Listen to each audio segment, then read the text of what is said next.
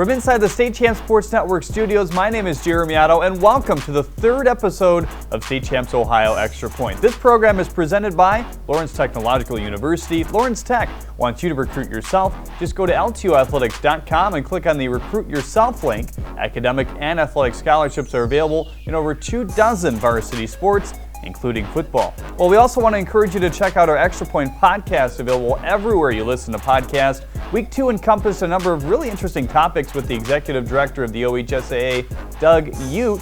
And this week, we have the head coach from one of the best programs in the state of Cincinnati, LaSalle. Stick around for a sneak peek of that later in the show. For a full list of our various State Champs podcasts, there's a number of them. Follow us on Spreaker.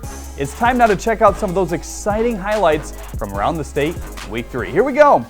On a Thursday night matchup, Rocky River jumped out to a 21-0 lead thanks in large part to 2 John Bebby touchdown runs. He would later exit the game with an injury, unfortunately, and Valley Forge took advantage. The future Boilermaker Kentrell Marks would hand the Patriots a 22-21 lead in the fourth, but with under 3 minutes to play, Braden Spies hits Patrick Lane for a TD. 2-point attempt is good as well. The Pirates up 7 now. Eddie Starks finds the end zone next. Marks gets in for the 2 points, and Valley Forge takes this late game thriller 30-29. Take a breath. The Elaria Catholic Panthers traveled to Midview to take on the Middies. The Panthers jumped out to a 21-7 advantage, but they went back and forth after that. Early in the third, the Middies would tie it up. Mason Kusra stole the show in the fourth, however, with his 52-yard punt return for a score. Levi Alice would have an answer, ripping up a 37-yard tally, and then Tony Grasso seals it with a pick six. The Panthers win it 42-37. Down in Cincinnati now, Winton Woods was hosting the Kings Knights. Kirsten Williams forces a Kings fumble. Taryn Macklin is there for the scoop and score. Then Max Sinella ties it up with a 3-yard TD. Warriors go up 6 as James Minor III breaks off a 23-yard run here. And in the fourth, Will Kocher hits Michael Massari with this absolute time of a pass, giving the Kings a 14-13 lead. How about this late field goal try from Winton Woods? It's just off the mark, and the Kings finished off a 14-13 victory. Marysville invaded Pickerington North and kicked things off in style thanks to this Cameron Jones kickoff return to the second now. And Jones says, I can do it on defense as well, grabbing the interception and a 50-yard pick six. The Panthers would score just 1 in this game thanks to a Landon O'Connell to Eli Kopis connection. Marysville picks up a nice road victory, 31-6. Well, we're also in the house as Westerville Central fell at home to Hilliard-Bradley, and as IMG Academy took down LaSalle. We had the chance to sit down and talk with LaSalle's head coach Pat McLaughlin and his thoughts on his team's effort against one of the top teams in the nation. 58-7 loss to IMG Academy last week. I like one of your quotes in the paper. You said, I'm not sure if even an all-star team beats that team, but maybe it's more than the final score and what this game does for you. It's kind of a program trendsetter, if you will, right? Yeah, we want to play the best teams in the country. Obviously, I'm not even sure if I would call that a high school football team. They're not even part of the Florida High School Athletic Association. And again, I believe that strongly. I'm not sure if an all-star team from Cincinnati beats that team. Maybe not even. They probably keep it a little bit closer than we did. But I'm proud of our kids. They battled. The coaches stayed positive. The kids stayed positive for 4 quarters. Obviously, we got beat.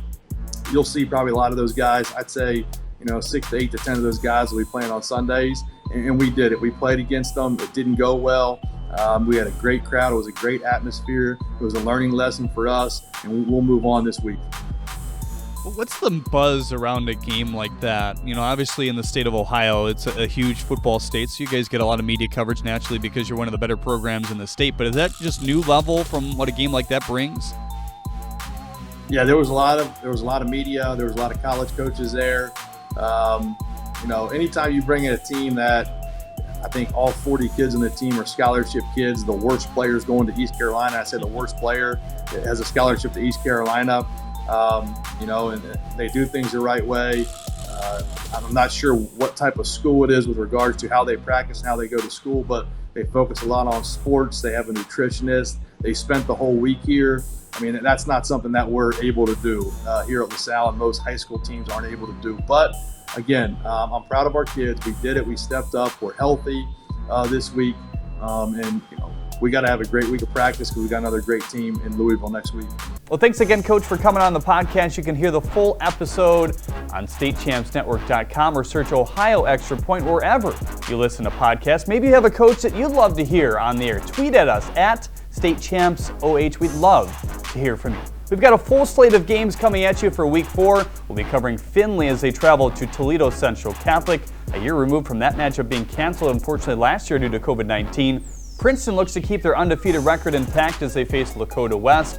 A battle of two more unbeatens commences in Cincinnati as Madeira hosts Marymount. Another chapter of an exciting rivalry features Avon looking for their 5th straight win over Avon Link. You don't want to miss that one. And lastly, in Columbus, Bishop Hartley will host 3-0 Benedictine. Well, that's our show this week. We thank you so much for tuning in. We want to thank our sponsor, Lawrence Technological University. Recruit yourself at LTUathletics.com. I also want to send a big shout out to our fantastic videographers for all the work they do to bring you these fine games here as well. I'm Jeremy Otto. We'll see you next week.